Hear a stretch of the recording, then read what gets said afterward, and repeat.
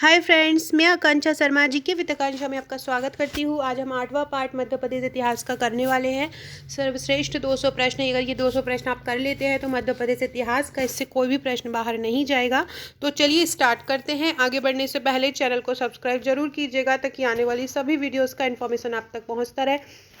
3 से 4 दिन में मैं आपके लिए एक ऐसी सॉफ्ट कॉपी लेके आने वाली हूँ इतिहास के लिए, जिसमें पूरा का पूरा इतिहास थ्योरी रहेगा और थ्योरी रहेगा। आप उसको परचेस कर पाएंगे। वो मैंने पूरा फ्लो चार्ट के द्वारा पूरा इतिहास को कवर किया है ताकि आप भले मेंस का कर रहे हैं, प्रीलिम्स का कर रहे हैं, तो आपका उस इतिहास से पूरा का पूरा सॉल्व हो जाएगा। और ऑब्जेक्टिव के लिए ये मैं आपको 200 प्रश्न दे दूंगी जैसे ही ये तैयार होगा। तो चलिए स्टार्ट करते हैं। पहला क्वेश्चन है वर्तमान आज का, और इसके पहले 80 वीडियो हो चुके हैं, सॉरी 80 क्वेश्चन हो चुके हैं और 7 वीडियो हो चुके हैं। तो 80 क्वेश्चन तक के लिए आप क्या कीजिएगा, प्लेलिस्ट में जाइएगा। मध्य प्रदेश इतिहास वस्तुनिष्ठ करके प्लेलिस्ट है, वहाँ पे आपको इसके पहले के पूरे वीडियो मिल जाएंगे। पूरे पहले हम इसका क्वेश्चन पढ़ते हैं, फिर हम इसकी डिटेल पढ़ेंगे, आपको आंसर खुद समझ में आ जाएगा। मध्य प्रदेश के किस क्षेत्र का प्राचीन नाम जैजाग भुक्ती था? मालवा, बुंदेलखंड। मालवा में मोस्टली लोग जो इंदौर, भोपाल यहाँ पे बिलोंग करते हैं, तो मालवा में आपने कहीं ये जैजाग भुक्ती का नाम नहीं सुना होगा। ऐसे ही विंध्यन प्रदेश में भी नहीं सुना होगा, सतपुड़ा क्षेत्र में भी नहीं होता है जैजाग भुक्ती। तो हम पढ़ते हैं, महाकाव्य काल में बुंदेलखंड का प्राचीन नाम जैजाग भुक्ती था। किस महाकाव्य काल में जैजाग भुक्ती किसको बोलते हैं? जैजाग भुक्ती बुंदेलखंड को बोलते हैं, याद रखिएगा। नेक्स्ट है, यशोवर्मन किस वंश का पराक्रमी शासक था? चोल, चालुक्य, चंदेल या कलचुरी? तो इसके बारे में पढ़ते हैं। यशोवर्मन लक्ष्मण वर्मन हर्ष का पुत्र एवं उत्तराधिकारी था। इसने खजुराहो का विशेष विष्णु मंदिर बनवाया। देखिए, आपको इसमें ही 203 क्वेश्चन मिल जाएंगे कि यशोवर्मन जो था वो लक्ष्मण वर्मन का पुत्र था और लक्ष्मण वर्मन हर्ष का पुत्र एवं उत्तराधिकारी था। इन्होंने खजुराहो का विष्णु मंदिर बनवाया। ये आपसे पूछ सकते हैं कि खजुराहो का विष्णु मंदिर किसने बनवाया है, तो यशोवर्मन ने बनवाया है। खजुराहो का विष्णु मंदिर किसने बनवाया? यशोवर्मन ने। तथा इन्होंने कन्नौज पर आक्रमण किया। किस पर? कन्नौज पर आक्रमण किया। देवपाल को पराजित कर विष्णु की मूर्ति प्राप्त की, जिसके काल में चंदेल शक्ति चरमोत्कर्ष पे थी। इनके काल में चंदेल शक्ति क्या थी? चरमोत्कर्ष पर थी। इन्होंने गौड़, खस, कौशल, कश्मीर, मालवा, चेदी, कुरु, गुर्जर आदि पर विजय प्राप्त की। किसने? यशोवर्मन ने। तो ये आपको याद हो, ये रहेगा कि ये कौन से वंश के थे? यशोवर्मन लक्ष्मण वर्मन हर्ष का पुत्र उत्तराधिकारी था। इसने खजुराहो का विष्णु मंदिर बनवाया, कन्नौज पर आक्रमण किया। इसके काल में चंदेल शक्ति चरमोत्कर्ष पे थी। मतलब ये किसके साथ, किस वंश के शासक थे? चंदेल वंश के थे। नेक्स्ट क्वेश्चन है, भरहुत का विश्व प्रसिद्ध स्तूप जिसका निर्माण कार्य मौर्य काल में हुआ, वर्तमान में किस जिले में है? तो वर्तमान में उज्जैन, सतना, विदिशा या खरगोन? किस जिले में है भरहुत का स्तूप? उज्जैन, सतना, विदिशा या खरगोन? तो भरहुत का जो स्तूप है वो सतना जिले में। भरहुत का स्तूप कहाँ पे है? भरहुत का स्तूप सतना जिले में है। इसके बारे में पढ़ लेते हैं। भारत के विश्व प्रसिद्ध स्तूप जिसका निर्माण कार्य मौर्य काल में हुआ, वर्तमान में मध्य प्रदेश के सतना जिले में स्थित है। 1875 में कनिंघम द्वारा, 1875 में कनिंघम कौन है? भारतीय पुरातत्व शास्त्र के जनक हैं।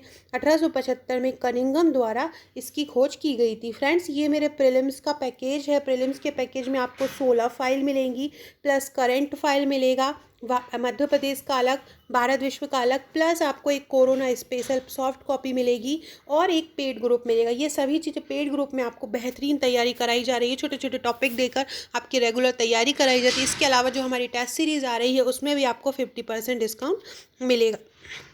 ये भारत और विश्व की यादें हैं जो मैं बता रही थी कि पूरे साल का भारत और विश्व का कवर है और इसमें मध्य प्रदेश का। अगर आप ये सिंगल भी लेना चाहते हैं तो आप ले सकते हैं। नेक्स्ट है, निम्नलिखित में से किस राजा ने कौरवों की ओर से महाभारत के युद्ध में भाग नहीं लिया? किसकी ओर से? कौरवों की ओर से नहीं लिया। तो देखते हैं, महाभारत के युद्ध में कौरवों की ओर से महिष्मति के नील, अवंती के भोज, अंधक, निषाद एवं विदर्भ के राजाओं ने भाग लिया था। तो आप देखिए, विंध्य ने लिया, अंधक ने लिया, नील ने लिया, किसने नहीं लिया? कारुस ने। कारुस ने कौरवों की तरफ से कारुस ने महाभारत में कौरवों की तरफ से भाग नहीं लिया, मतलब इन्होंने पांडवों की तरफ से भाग लिया था। तो याद रखिएगा, कारुस किसकी तरफ से है? कारुस किसकी तरफ से है? कारुस पांडव की तरफ से है। नील, अंधक और विंध्य, नील, अंधक और विंद, ये सब किसकी तरफ से थे? कौरवों की तरफ से थे। रामायण काल के शत्रुघ्न के पुत्र शत्रुघाती ने प्रदेश के किस स्थान पर शासन किया? मालवा क्षेत्र, ग्वालियर या विदिशा या नेमार? तो शत्रुघाती जो थे रघुवंशी ने विदिशा दर्शान पर शासन किया एवं कुशावती को अपनी राजधानी बनाया। तो शत्रुघाती जो शत्रुघ्न थे, जो भगवान राम के भाई थे और उनके पुत्र थे, तो इन्होंने कहाँ पे शासन किया? इन्होंने विदिशा दर्शान पर शासन किया। प्रदेश के मत्स्य महाजनपद के राजाओं ने महाभारत में किस पक्ष से युद्ध लड़ा था? तो मत्स्य जनपद के राजाओं ने महाभारत में पांडवों की तरफ से युद्ध लड़ा था। याद रखिएगा, मत्स्य का संबंध किससे है? तो मत्स्य राजाओं का संबंध पांडवों से है। मत्स्य राजाओं ने किसके पक्ष से युद्ध लड़ा था? पांडवों के पक्ष से। मत्स्य साम्राज्य ने पांडवों के पक्ष से युद्ध लड़ा था। किसके? पांडवों के पक्ष। मत्स्य महाजनपद के राजाओं ने महाभारत में पांडवों की तरफ से युद्ध लड़ा था। इस युद्ध में वत्स, काजी, चेदी मत्स्य जनपद के राजा में पांडवों का साथ दिया था। अंतिम होलकर का नाम क्या है? यशवंतराव, शंकर, दीपक, शिवाजीराव। अंतिम होलकर जो थे वो यशवंतराव थे, जिनका शासनकाल 1926 से 1948 तक रहा। नेक्स्ट है, बुंदेलखंड वंश के शाही उद्यान और ग्रीष्मकालीन महल को क्या कहा जाता है? रॉयल महल, भगोरिया, फूलबाग या बुंदेलखंड? तो जो बुंदेलखंड वंश का शाही उद्यान है और ग्रीष्मकालीन महल है उसको फूलबाग कहते थे। याद रखिएगा, क्या कहा जाता था? फूलबाग कहा जाता था बुंदेलखंड वंश के शाही उद्यान और ग्रीष्मकालीन महल को।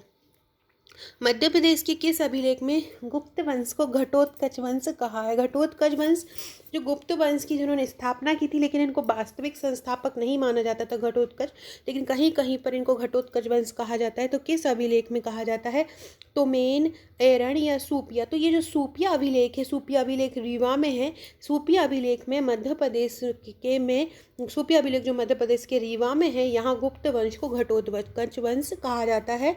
मध्य प्रदेश से प्राप्त सूपिया अभिलेख स्कंदगुप्त कालीन है, में गुप्त वंश को ये भी याद रखिएगा, सूपिया अभिलेख जो है वो स्कंदगुप्त कालीन है। धार नगरी पर आक्रमण की जानकारी किससे मिलती है? तो भोज की धार नगरी पर जानकारी किससे मिलती है? मंगाई लेख से मिलती है। किससे मिलती है?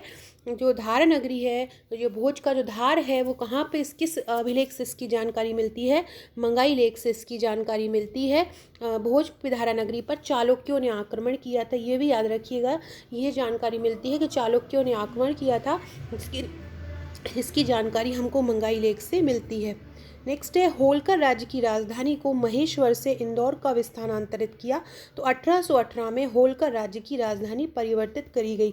होलकर राज्य की राजधानी को महेश्वर से इंदौर कब बनाया गया?